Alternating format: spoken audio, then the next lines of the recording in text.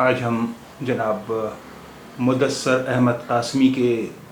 ایک مضمون موجودہ کشمکش کا حل احترام انسانیت میں پنہاں ہے کا کچھ حصہ پڑھیں گے. پورا مضمون تو نہیں پڑھیں گے، اس کا کچھ حصہ پڑھیں گے. اس کا عنوان ہے موجودہ کشمکش کا حل احترام انسانیت میں پنہاں ہے.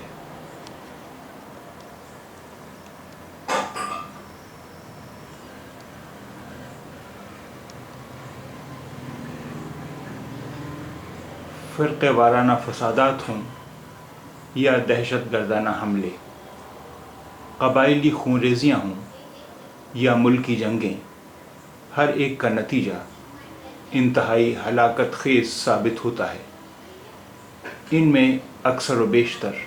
بے گناہ لوگ مارے جاتے ہیں، خواتین بیوہ ہوتی ہیں،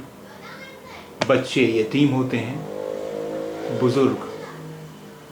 بزرگ ماں باپ بڑھاپے کا سہارا کھو بیٹھتے ہیں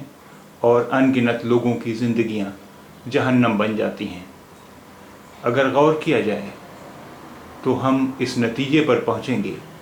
کہ یہ حادثات بنیادی طور پر احترام انسانیت کے جذبے کے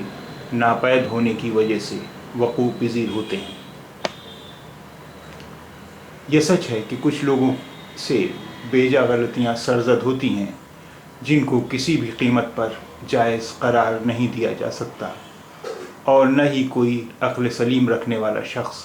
ان کی حمایت کر سکتا ہے. لیکن ساتھ ہی یہ بھی ضروری ہے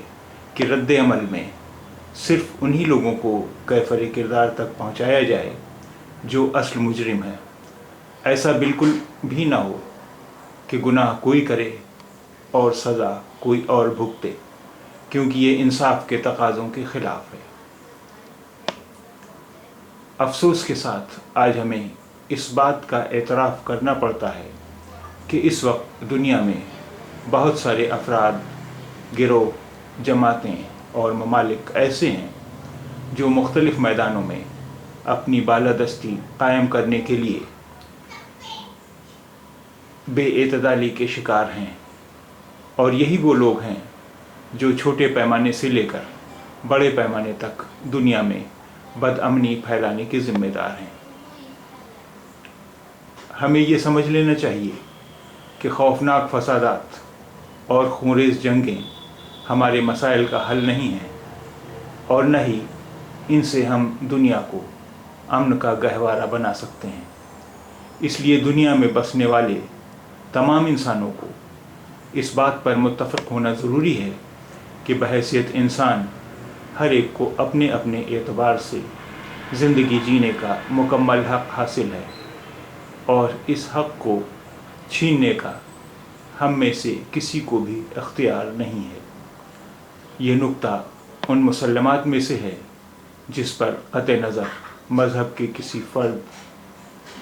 کسی فرد بشر کو اختلاف نہیں ہو سکتا. اسی لیے بنی نوع انسان کا اس نکتے پر متفق ہو جانا نسبتاً آسان ہے.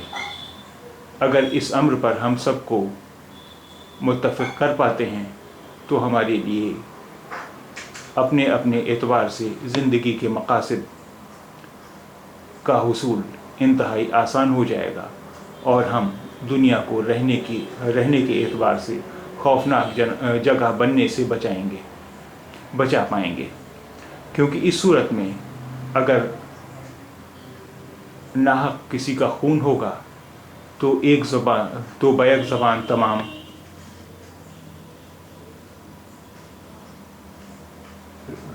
تمام لوگ اس کی مذمت کریں گے،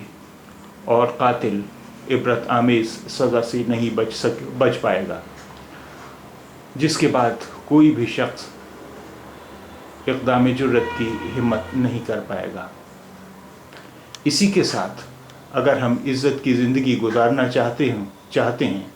تو ہمارے لیے یہ ضروری ہے کہ ہم دوسروں کی عزت کرنا سیکھ لیں،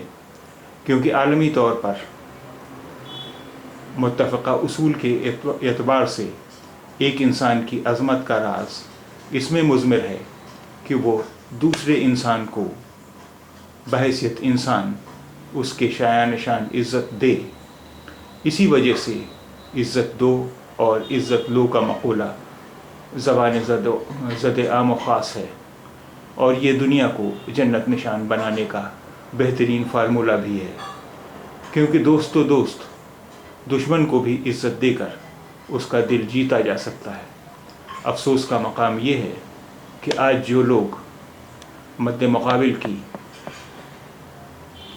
ہتک عزت کو اپنی بہادری سمجھتے ہیں اور ذات پات و مذہب، رنگ و نسل، ملک و علاقے کے نام پر نفرت کا گھناؤنا کھیل کھیلتے ہیں،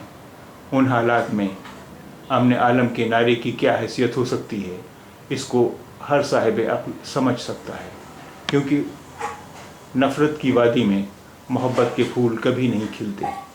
اسی لیے انفرادی اور اجتماعی زندگی میں ہمیں یہ سمجھ لینا چاہیے کہ مد مقابل کی عزت اچھال کر یا تذلیل کر کے ہم